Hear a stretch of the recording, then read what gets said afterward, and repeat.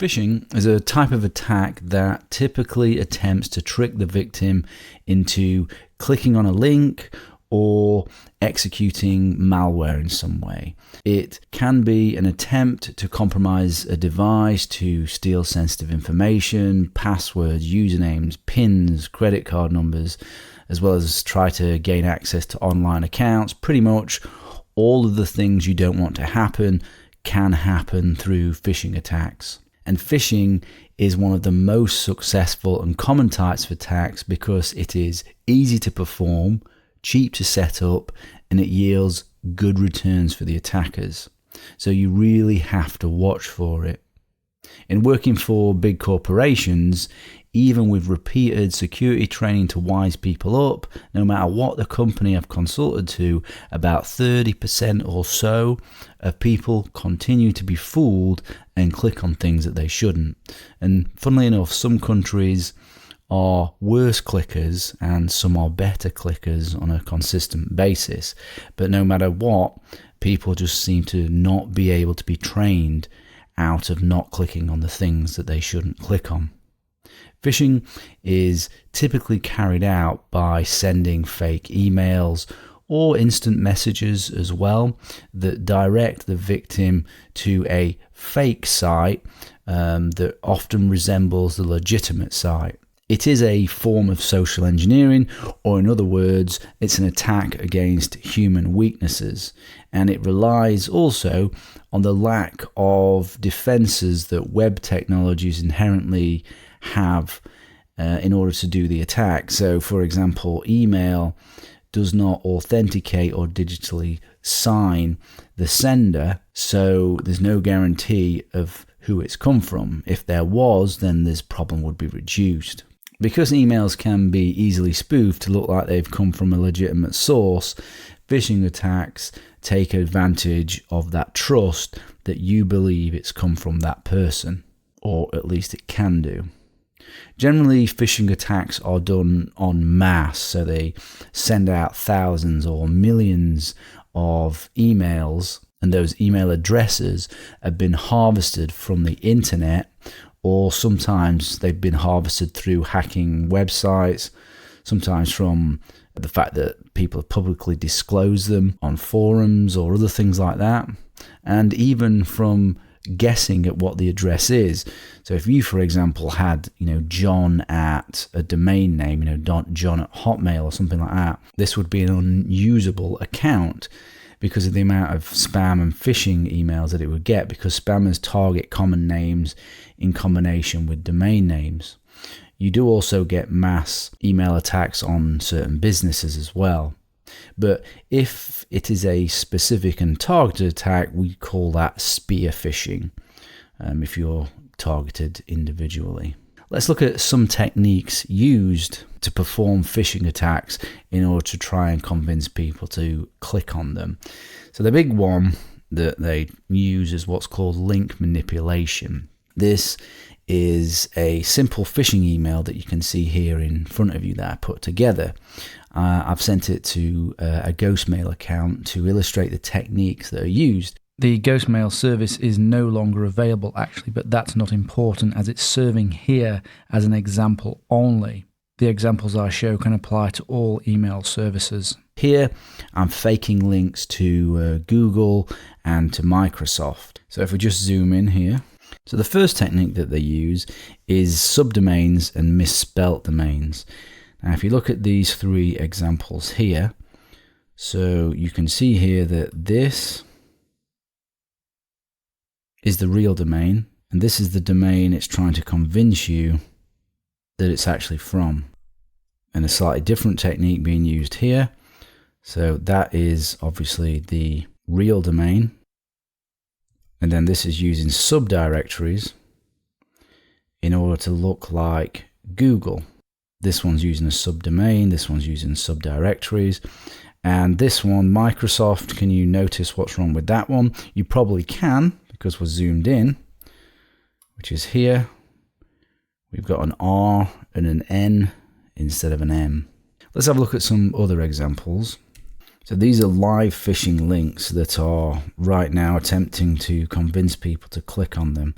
So you can see here, this is actually an Australian bank, and it's attempting to convince people that this is the domain, when in actual fact we can see here that this is the real domain. Let's see if there's any other clever ones, or well, they're not really that clever, but let's see if we can find any other examples. So you can see here's another paypal.co.uk. So the real domain is this. So it may be tricky to understand as I've gone through this which are the real domains, depending on your experience. So the real domain is the one that is to the left of the high level domain. That's the high level domain, and that has no slash to the left of it. High level domains are things like .com, .net, .org. If you look at my example here, that isn't legitimate because it has a slash to the left of it, which means it is a subdirectory. Real domain is the one to the left of the high level domain and that has no slash to the left. So that has a slash to the left, so it must be this one. The next sort of technique of link manipulation is what's called IDN homographic attack. IDN is the internationalized domain name standard. So you can see a couple of obvious ones, but again, they're not always obvious. So you can see here we've got some zeros instead of O's, and we've got an L instead of a 1. But let me tell you that if the font is different, these can be almost impossible to see the difference. And obviously this can be used in combination with subdomains and misspelling in order to create further confusion. And another one is hidden URLs. So using HTML A tags to hide the real URL. So you can see here we've got click here, so you don't know what's behind it, but if you look down there at the bottom, you can see that it's going to google.com.stationx.net, and this one we can see is actually going to google.com.stationx.net, so not at all going to where it alleges to go to. So I click there, you see, don't go to Google at all. Obviously this could have been an attack site. So the way these work, these hidden URLs, is essentially it's just HTML. It's really, really not complicated at all. So you can see here these, but this is the raw HTML here that has created these links that I sent in the email. Email is made up of HTML nowadays anyway. It's text and HTML, and the email clients render the HTML just like browsers render HTML. So you can see here what I have is I've represented google.com as what you can see in the email, but actually the real link is here. And of course, if we use all of these in combination, this is why people click on the links, because they can be fooled. It's easy to see why people get fooled. I mean, there's all sorts of nonsense in here that your lay person is just not going to understand, and they are going to click on them. Now, if we go back to the email, if we hover over the email, we can right click and copy link location. Now, depending on your browser, that may reveal the correct URL, but not always. JavaScript could hide the link depending on your email client. And also, as I showed here, you can hover over and you can see in the bottom left the real domain. That isn't always going to be the case either. Depending on your email client and JavaScript, that may also be faked as well. So it is pretty tricky. You can look at the HTML. Like here, some email clients will allow you to see the raw HTML, and then you can go through and see what's there, but some won't. I mean, this Ghostmail, for example, does not let me look at the raw email, so I have to hover over it to see where it is going to take me to. Good providers, and this can be both a good and a bad thing, will notice these types of things and will change them. So Thunderbird, for example, these wouldn't come through like this. It would change them so that you can actually see where it's going to. But that defense mechanism could be bypassed as well. So, so it's not foolproof. But Ghostmail in this example was able to receive these and make them look like this without me going to much effort to try to bypass any phishing protection that it has.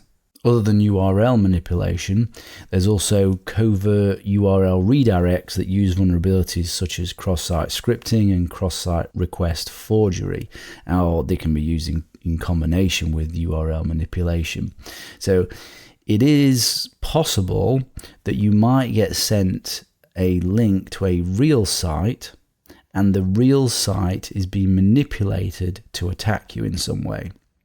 So the attacker can or possibly has found a flaw in the real site and is using a technique like open redirect, or as I've just mentioned, the cross-site scripting and the cross-site request forgery vulnerabilities in order to attack you. So this has happened to PayPal and many others. So let me give you an example, because this, obviously won't be clear, of a reflected cross-site scripting vulnerability that could be used in a phishing attack. So imagine you've been, sent a link via whatever means. Now, this was actually a cross-site scripting vulnerability that I found in a forum application, so I'm just using it as an example. So this is an example of the URL. You then click on this URL. This takes you to the website, and then because I've inserted into that URL a special script, when you enter your username and password, I'm able to steal your username and password. Now, if you look here, this is the crucial bit of code. So I've inserted my own little bit of code here. This is the reflected cross-site scripting vulnerability. That site should not let me put in my own scripts into URLs and process it, because what that means is that I am then able to act as that website under the security context of that website, which means I then have access to your cookies, and of course I can manipulate the web page so that that it's not the right login screen and it's actually a fake login screen that I've presented. And that's actually what I did with this particular vulnerability, to demonstrate it to the people that own the application so that they could fix it. So that was the actual URL vulnerability. And if you look here, there I'm inserting in a special, what's called an iframe, in order to put up a fake login screen and able to take the usernames and passwords. So that gives you an example there. If there's vulnerabilities in the website, these cross-site scripting vulnerabilities, these open redirects, then the phishing attacks can be even worse. And to finish up on phishing, there's a couple of variants of phishing, and that is Vishing and SMShing. So Vishing is phone or voice phishing, and SMShing is SMS phishing, or sending text messages. So this is attempting to call or text you in an attempt to compromise your device in the same way as you do with phishing, so steal sensitive information, passwords, usernames, credit cards, all of the bad stuff. There are many examples, a common one being pretending to be from Microsoft, telling you that you have a virus on your machine. Can they help? Please download and install this totally legitimate software, which is then, a Trojan or something like that. Again, my mother has had a couple of these calls from guys from India pretending to be from Microsoft. These calls do work on enough people. That's why they continue to do them. And actually, if you look on YouTube, you can actually see a lot of people pranking these people when they're being called by them. So those are quite funny to watch. So Vishing is phone-based cons. SMShing is text-based cons. And that's phishing.